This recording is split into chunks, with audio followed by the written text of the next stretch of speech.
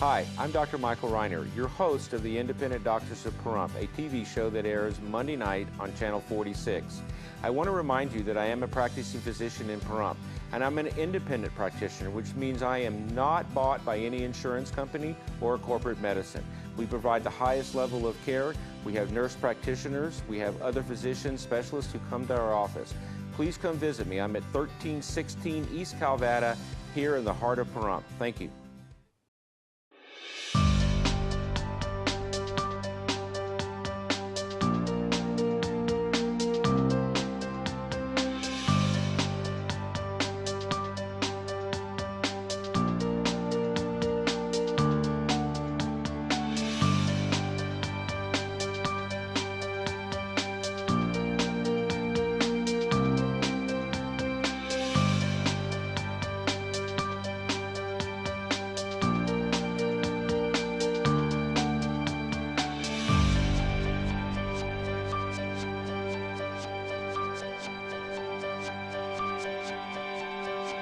I think it's gone quick tonight. Yeah, right? it's gone real quick tonight. Yeah. Well, we started a little late too because I got out of the office late. I had doing work at the jail, seeing the inmates there,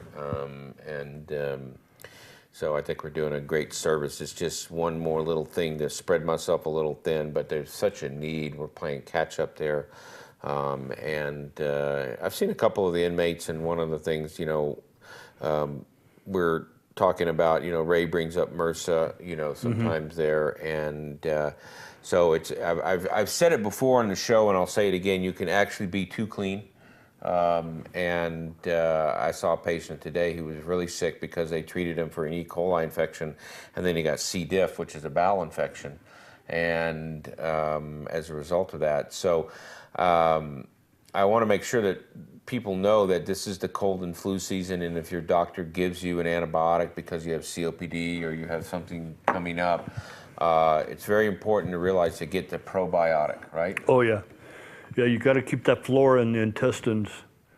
You got to keep that pH at a certain pH, and you got to keep the good bacteria where the good bacteria need to be, or you end up with yeast infections, you end up with all kinds of problems. Right, and this is what we call an opportunistic infection. When you create an opportunity for a bacteria to grow that wasn't there, because they're resistant to the antibiotics, but the only reason they don't grow is because of the plethora or the numerous amount of normal bacteria all over our body, right? So well, and how that works is the good guys, they change the pH where the bad guys can't live. Yep. And yeah, they're digesting the food and they're doing the stuff, and it is pH driven. Everything is in balance, and when you do things to throw it out of balance, you create opportunities. Yep. Things. So I know we have all these ballot questions. I'm voting no on one. It is submit to gun control, so we have Dwayne calling. Dwayne, good evening. Hey, Dr. Reiner. Yes, sir. Yeah, I'm a patient of yours. Listen, I don't know what's been going on. I see you on a 3-month basis, but for about the last 5 months, I've been experiencing pretty serious difficulty in getting REM sleep. I seem to fall asleep for about an hour, and then I get up, fall asleep again for about another hour, and get up through the night. I don't know what's going on. I'm going to see you in about a month and a half, but I'd like to get some answers now if I could. Yeah, sleep architecture is a very, very tough animal. I just was talking to a patient earlier about it. So I think you have to look at what might be waking you up. One of the common things is, we're going to be hopefully putting in a sleep lab where we can maybe help you figure that out. But, an hour is usually not enough time to get into REM sleep.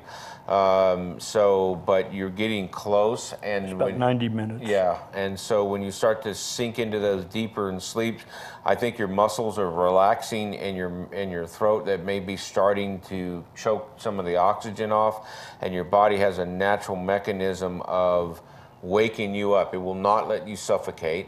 So let's look at it when you lay on your back. your muscles start to relax as you start to go to sleep, but your oxygen levels may drop, and it becomes a very vicious cycle where the lower oxygen causes more muscle relaxation, and then the next thing you know, you close off your airway, saturations go way down too quick, and your body has to wake up to tighten up the muscles in the back of your throat so you can start to breathe again. The other thing is that, you know, if you're one of these people sometimes who have trouble going to sleep, they get their days and night mixed up. There's shift work disorder. That's a totally different animal. If you are using any type of medications, and Dwayne, if you're taking pain medications or you're taking anything else, they accentuate muscle relaxation. So people that may drink or people that may take sedatives or sleeping pills, they actually find that to be much worse. And there's a lot of people out there. That's why I think the sleep lab is going to be such a huge deal, because you may need CPAP, or you may need an oxygen, you may need BiPAP. Okay. So those are a few of the thoughts I have. If you're taking medications that sedate you, then that's probably the biggest reason. Okay, well, you've been handling my pain management, so listen, I look forward to seeing you. You've been my doctor since I lived in Pahrump. Yeah, I know who you are, so I'm going to have my nurse probably order you a overnight pulse ox study. That's a good place to start if you haven't had one. Very good. Yeah, I think it's about time. Yeah, so that could be part of the reason, but I'll talk to you about it when you get into the office. So. Awesome. Thank you, Dr. Mike. Yeah, thank you, Dwayne. Appreciate your call. And I've always said that if you're out there in the audience and you have a different provider than myself or Creig, that, you know, and you're on opioids and you feel tired a lot, and you're on sedatives and you're having stress, and your doctor has not offered you an overnight pulse ox study, you should maybe ask him to do that. Exactly. Because it is a very, very important thing to be able to protect yourself. And then if you're on a CPAP, then it doesn't really matter what you take, because you've got that positive pressure opening up your airway. Yep. So, you know, you could literally go comatose and still have a respiratory drive and be able to breathe. Yep. So, and I see a lot of people that have, like myself, you know, like you, broad shoulders, a short neck. You know, if you look at a lot of women, they have nice necks and thinner shoulders, and you just don't see that much sleep apnea. And the thing about the snoring, you know, the head elevation in your bed, remember what I tell people to do is to take the 2 blocks and put it under the head of your bed, 2 2x4 blocks, so that you're elevated about 3 inches. And that pulls a lot of blood down into your feet, which helps to shrink some of those tissues and help you breathe a little bit better, helps reflux acid, which is a common cause of COPD today, but people don't realize. Ray. Yeah, Doc, I asked you about 6 months ago to research something. I think you forgot about it completely, a fractionated laser. You're going to look that up and give me some kind of synopsis on what it's all about. And there's another thing I'd like you to check into. Chuck Augustine gave me a flyer about something found in northern Australia called the blush bush berry. And they claim that in the labs, an injection of a substance from that berry has taken tumors out in lab rats within 72 hours. They just diminish and go away. If you could check those 2 things out, and maybe next week I'll call on it. And the fractionated laser is for what? That is for scar tissue that back in Vietnam they found out that, like, a lot of people were scarred by Agent Orange and stuff like that, where they're burnt up, or napalm, that would remove all the scar tissue. Fractionated laser. They started in Florida, and I don't know if it's nationwide now, but it's supposed to be pretty expensive, but it works. Yeah, and the other one would be the blush bush berry, which is from northern Australia, and supposedly the chemical, the substance in it, knocks tumors out in 72 hours in lab rats. So if you can look those 2 things up, and I'll be watching your show next week. Yeah. You guys had a good show tonight. Thank you very much. Thank you, Ray. Blood sport berry. Huh. Interesting. Well, you know those Aussies. Yeah, the Aussies, right.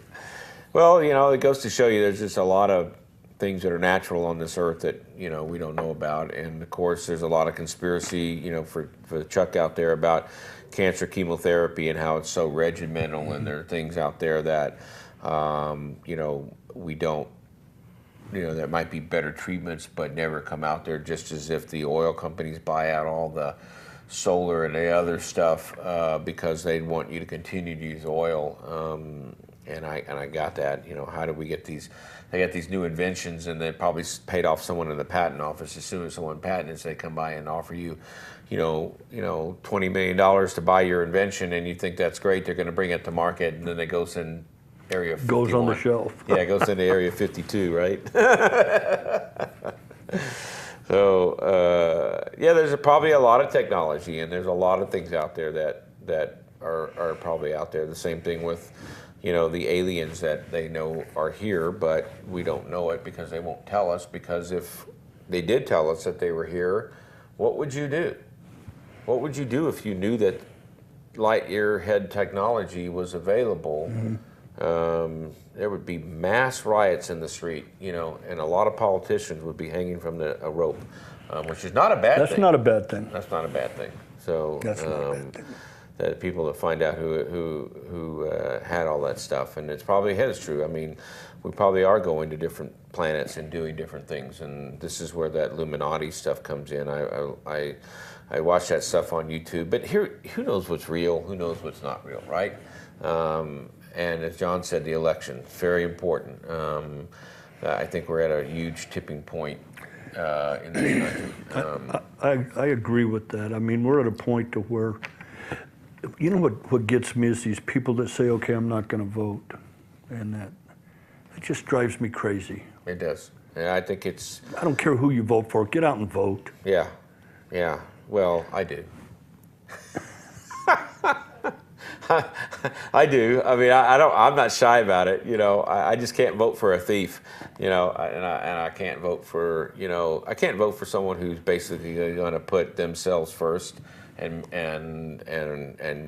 obfuscate the office and use it for personal gain. Remember, there's something out there. This is what I want to say. Listen, population out there. If you have iTunes, okay, and you're on Apple, I watched it. It's incredible. It's called District of Corruption, okay? It's about an hour and a half, and it's put on by Judicial Watch. Now, if you know anything about Judicial Watch, they're the ones that are filing all these court proceedings to bring the government to the forefront, okay? So District of Corruption, I advise everybody to spend whatever it is that they can watch that. It's an amazing, it's nonpartisan. It blames Obama, Bush, everybody. But you should watch that maybe before the next thing. We got to go before I get myself in trouble. That's probably a good idea, Mike. Yeah. Thank you, Pahrump. We'll see you next time. Bye-bye.